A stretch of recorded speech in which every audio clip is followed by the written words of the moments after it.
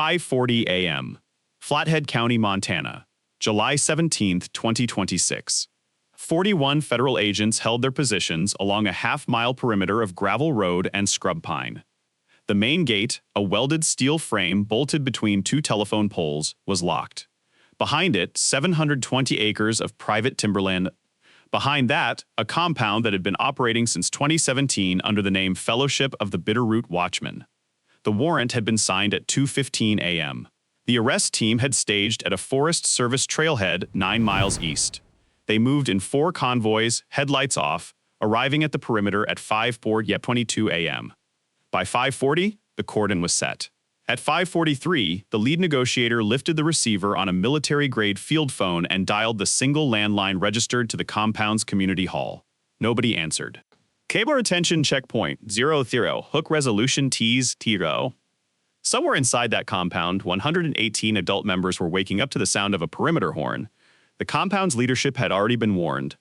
A lookout on the access road, later identified as the group's logistics coordinator, had spotted the federal convoy 7 minutes before it reached the gate.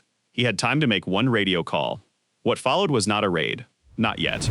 What followed was 88 hours that would work through every protocol in the federal negotiation manual and eventually hand federal prosecutors a case built on 27 months of illegal manufacturing, a distribution pipeline across 11 states, and a single suppressor that had turned up at a homicide scene 300 miles away.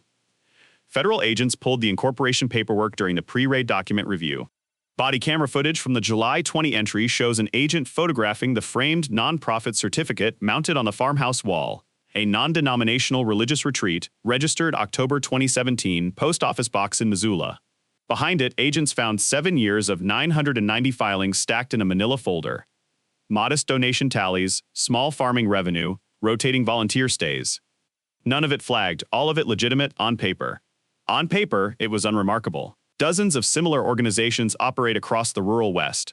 Property held in trust, members drawn from mailing lists, a central meeting hall and a cluster of residential structures set back from a single access road. The 720-acre parcel in western Montana had been purchased in November 2016 through a limited liability company registered in Wyoming. Title transferred to the Fellowship in March 2017. Local county records showed no unusual permit activity, no building code violations, no zoning disputes. The first anomaly appeared 3 years later, and it had nothing to do with the Fellowship directly. The fee retention checkpoint, 400 stakes. Bend, November 2024. Salt Lake City Field Office, FBI. A supervisory special agent reviewing encrypted forum intercepts flagged a recurring seller account on a private firearms marketplace accessible only through an invitation-based relay system. The account had been active since early 2022. It offered suppressor units in bulk, listed as custom-machined acoustic management devices, priced between $180 and $240 per unit. Undercover surveillance footage from the Dead Drop network captured couriers collecting packages across multiple Intermountain West cities, rotating locations, no consistent face, no paperwork trail. The commercial suppressor market at that time ran between $400 and $900 per unit for registered, tax-stamped devices. The forum account offered delivery for less than half that, and every suspect pulled from the network had the same answer when asked for a receipt. There wasn't one. Surveillance footage from the undercover vehicle logged the same courier route week after week. The volume was not enormous by cartel standards, but the dash camera record was consistent, and the intervals between pickups were getting shorter. The supervisory agent assigned a confidential informant with existing access to the forum's inner tier. The informant had been cooperating with the FBI Salt Lake office on a separate matter for 14 months. The reassignment happened in January 2025. Over the following 19 months, the informant logged 74 separate forum interactions involving the suppressor account, documented 31 distinct product listings, and recorded pricing negotiations on 19 completed transactions. ATF Denver came into the case in March 2025. The joint investigation file was designated under a federal case number out of the District of Montana. 3 agents from ATF Denver were embedded with the Salt Lake team. Surveillance expanded to include physical monitoring of dead drop locations in Missoula, Bozeman, and Spokane. Going through the surveillance logs from that period, one detail kept coming back. The dead drops were always in public spaces. A parking garage, a storage facility, a transit station locker. Whoever was running the distribution side had thought carefully about exposure. No direct contact, no face-to-face handoffs. The product arrived by parcel carrier, left in a designated spot, picked up within a 90-minute window. The method was not sophisticated by international trafficking standards, but for a domestic operation running out of a religious compound in rural Montana, it showed a level of operational security that took investigators months to fully map. The machining operation itself had started small. Court documents filed after the siege describe a single CNC lathe installed in a workshop building on the compound's northwest quadrant in late 2021.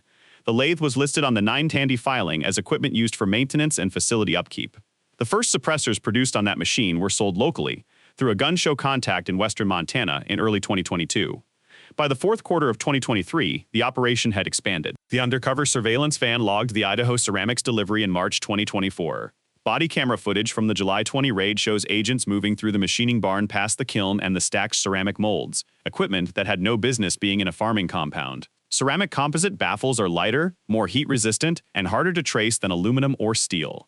The purchase order recovered at the scene identified the buyer as a craft pottery and tile restoration studio. That supplier would later cooperate with federal investigators. The purchase order records covered 27 months of deliveries beginning in February 2024. By May 2026, the production total had reached approximately 3,400 finished, unregistered suppressors. They moved through 14 gun show intermediaries operating in 11 states. They moved through the encrypted forum account, and at least some of them moved through channels that investigators have not fully accounted for. If you've ever tried to trace a manufactured object back to its origin through a chain of intermediaries, try doing it with a component that has no serial number, no registration record, and no paper trail beyond the raw materials used to make it.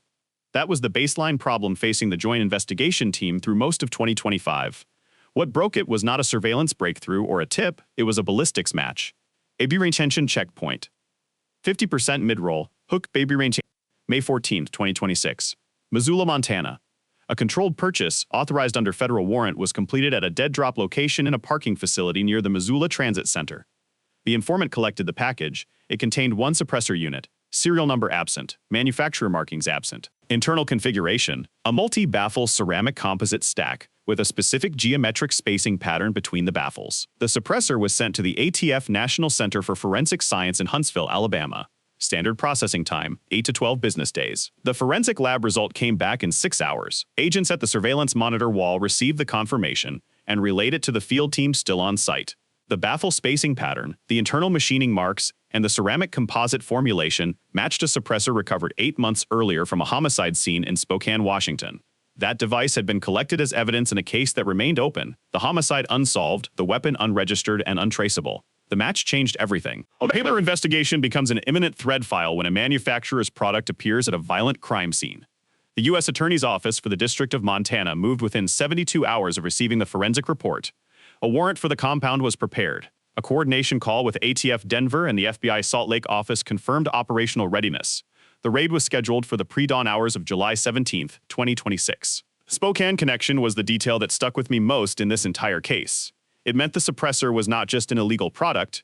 It was evidence linking an ideologically framed religious compound in Montana to a killing in a city 300 miles away. Whether the compound's leadership knew how their product was being used or cared is a question prosecutors will work through at trial. The machining did not stop after Spokane. The kiln kept running. Here's the unpopular take. The 19-month timeline of the informant operation, while it produced the case, almost certainly meant that additional suppressors reached buyers who used them in ways investigators cannot now account for.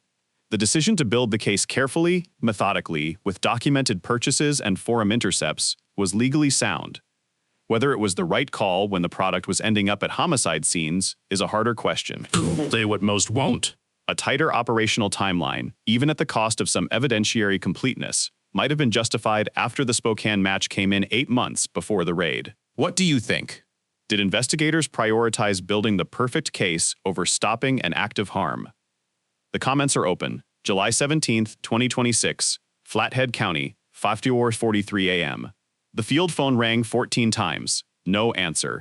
The lead negotiator, a 16-year FBI veteran who had worked 3 previous compound standoffs, attempted contact through a second channel, a civilian radio frequency the compound used for internal communications obtained through prior surveillance.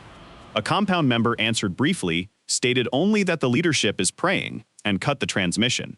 At 6 a.m., the situation was formally classified as a barricade event. The hostage rescue team, staged at a location 11 miles south of the compound, was placed on immediate standby. 6 negotiators were now working the single landline and the radio frequency in alternating shifts. The compound's leadership eventually picked up the landline at 7:14 a.m. The first conversation lasted 22 minutes. The leadership, speaking through a designated representative identified in court documents only by the title Elder Spokesman, refused to acknowledge the warrant, stated that federal jurisdiction did not extend to the compound's property, and requested time to consult scripturally. The negotiators granted the time. This is standard protocol. Engagement is preferable to silence. Every minute of conversation is a minute of stability. The compound's leadership controlled the only landline and could terminate contact at will.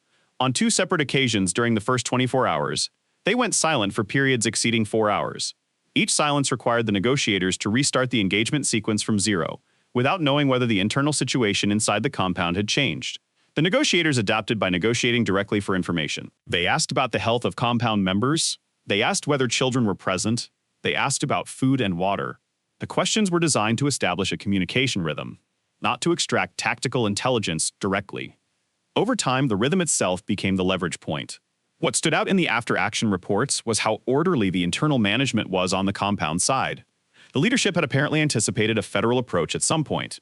The non-combatant members, 74 individuals not directly part of the armed inner group, were organized, calm, and compliant when safe passage terms were eventually reached.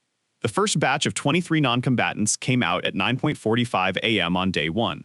They were escorted through a designated exit corridor on the compound's eastern fence line, processed by agents and transported by bus to a staging facility in Missoula. Federal medical personnel assessed each individual.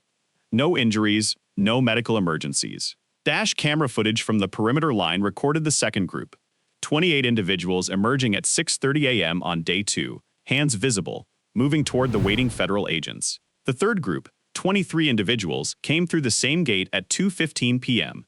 Each was met by agents, photographed, and processed on the scene. 74 people in 3 organized batches over 33 hours, all under safe passage terms negotiated exclusively by phone. 14 armed individuals remained inside. The compound's armed contingent had positioned themselves in the community hall and in 2 adjacent residential buildings. Surveillance assets, including a drone operating under federal warrant, provided continuous coverage of the compound's exterior. Thermal imaging showed the positions of individuals inside the buildings at intervals throughout the standoff. The hostage rescue team maintained its standby position. No breach was authorized. The operational decision from the U.S. Attorney's Office was clear. Resolution through negotiation was the priority. The physical evidence inside the compound was not going anywhere. The product of a 19-month investigation did not need to be resolved in a breach scenario if it could be resolved at a bargaining table. Retention checkpoint 030 hook resolution T's plenisum. On day 3, the body camera worn by the lead negotiator captured the shift. The elder spokesman's tone changed. Fewer declarations, more questions. What charges would be filed immediately? What would happen to compound property? What were the terms for members who had not participated in the manufacturing operation? The FBI's post-incident report would later describe it as the beginning of a productive phase. Through the interrogation room mirrors, supervisors watched and waited. These were not stalling questions. They were substantive. The negotiators, working within the scope of what the U.S. Attorney's Office had pre-authorized them to offer, answered them directly. Charges would be determined by the grand jury process. Property subject to civil asset forfeiture would be identified through the warrant process. Members with no manufacturing involvement who surrendered voluntarily would be processed and released pending investigation.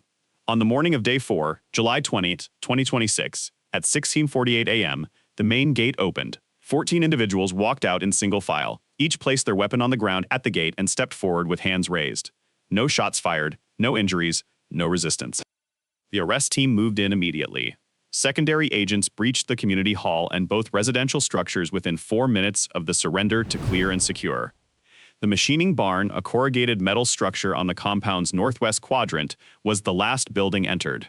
What agents found inside the machining barn had been documented in the warrant application, but seeing it on shelves and tables was different from reading the numbers.